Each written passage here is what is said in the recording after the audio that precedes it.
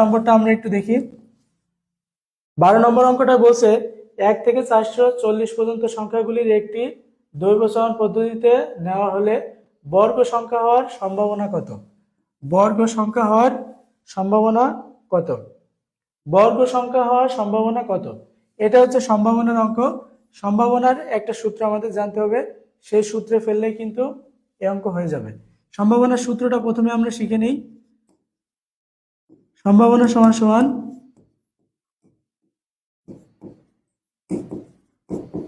অনুকূল সংখ্যা বাই সম্ভাবনার সূত্র হচ্ছে অনুকূল সংখ্যা বাই মোট সংখ্যা। এই একটা ফর্মুলা দিয়েই কিন্তু আমরা সম্ভাবনার অঙ্কটা করতে পারবো। এখন দেখি কি বলছে। বলছে 1 থেকে 440 পর্যন্ত সংখ্যাগুলির একটি দৈর্ঘ্য সমান পদ্ধতিতে নেওয়া হলে বর্গ সংখ্যা হওয়ার সম্ভাবনা কত? এই অঙ্কটা যদি করতে হয় তাহলে 1 থেকে 440 পর্যন্ত আমাদের লিখতে হবে। 1 2 3 4 5 6 7 8 9 এইভাবে 440 পর্যন্ত আমাদের লিখতে হবে। লিখে দেখতে হবে এর ভিতরে বর্গ সংখ্যা কোনটা আছে।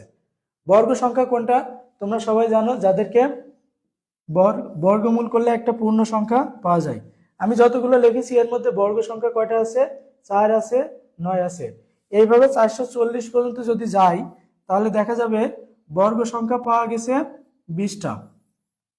আমি সবগুলা লিখলাম না, লিখলে এই অঙ্কটা বুঝাতে অনেক বেশি সময় লাগবে। এইভাবে যদি আমরা লিখি তাহলে দেখা যাবে এর ভিতরে বর্গ সংখ্যা আছে কয়টা?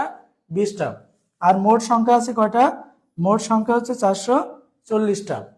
তাহলে এই যে কয়টা বর্গ সংখ্যা সে কয়টা হচ্ছে অনুকূল সংখ্যা, আর মোট সংখ্যা হচ্ছে 440। তাহলে আমরা ফর্মুলায় ফেলে দিই। আমাদের এখানে অনুকূল সংখ্যা মানে বর্গ সংখ্যা।